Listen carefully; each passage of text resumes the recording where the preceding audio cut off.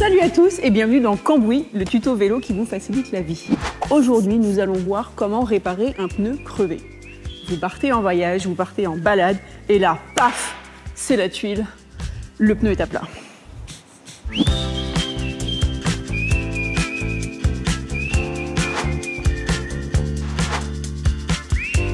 Pour cela, vous aurez besoin de 3 choses.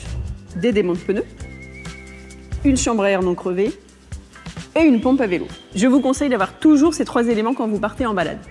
Rassurez-vous, il existe une version miniature de celle-ci. C'est parti, on commence par retourner le vélo pour que ce soit plus facile à travailler. On va maintenant pouvoir enlever la roue concernée.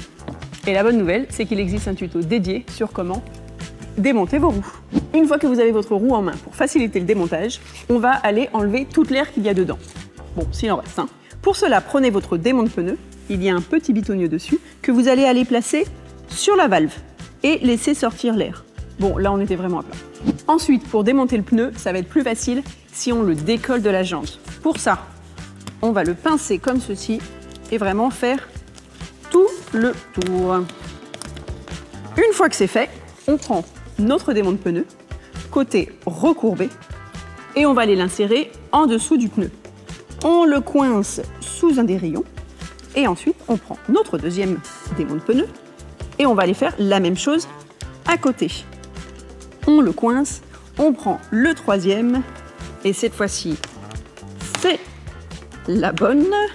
Hop, et on peut aller faire glisser le démon de pneu tout autour pour décoincer le pneu de la jante. Les démons de pneus qui tombent, c'est pas très grave, c'est normal. Du coup, ça nous permet d'aller chercher notre chambre à air qui est crevée. On la sort. Hop. Voilà. Et hop. Pas besoin de trop l'aménager. Et maintenant, on va décaler le pneu pour sortir la valve. Voilà. Attention, avant de remettre la nouvelle chambre à air, vérifiez que l'origine de la première crevaison, comme par exemple une épine ou un bout de verre, n'est pas resté coincé dans le pneu. Donc passez votre main à l'intérieur et regardez si c'est bien propre. Ensuite, regardez si le fond de jante, donc la partie bleue ici, est bien centré sur la jante tout autour de la roue. Si ce n'est pas le cas, il faudra la recentrer.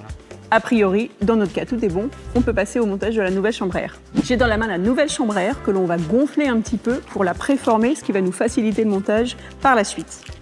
Alors, on enlève la petite valve qu'on met dans la poche pour ne pas la perdre. On insère la valve dans la pompe. On va donner 2-3 petits coups, juste question de lui donner une belle forme. Voilà. Ça, on n'en a plus besoin. On va pouvoir maintenant remonter notre chambre à air. Pour remettre la chambre à air, on va l'insérer du côté du pneu qui est ouvert en commençant par la valve. Donc on décale le pneu, on insère la valve et on va faire passer le pneu par-dessus la chambre à air. Ensuite, on insère la chambre à air dans le pneu tout autour en faisant bien attention à ce qu'elle soit ni pliée ni tordue, sinon ça ne va pas le faire au gonflage. Si vous avez quelques difficultés à faire cette étape, il est possible que vous ayez trop prégonflé la chambre à air, donc n'hésitez pas à la dégonfler un petit peu. Vous pouvez maintenant commencer à remettre le pneu sur la jante. Pour ça, on commence côté valve, on va repousser le pneu à l'intérieur en allant à droite à gauche et on glisse comme ça tout le long, tout autour de la roue. Quand on arrive au bout, on la retourne et on continue.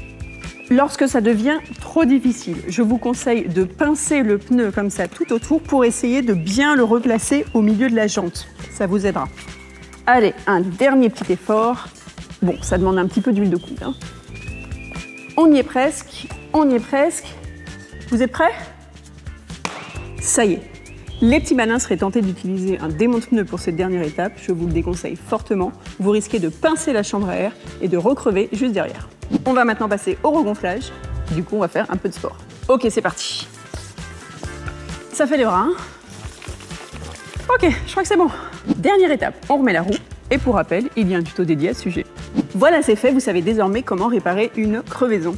Cambouis, c'est fini pour aujourd'hui, mais vous pouvez retrouver tous nos tutos sur nos réseaux sociaux. En attendant, je vous souhaite de super bonnes balades à vélo, sans crevaison, et je vous dis à bientôt. Salut!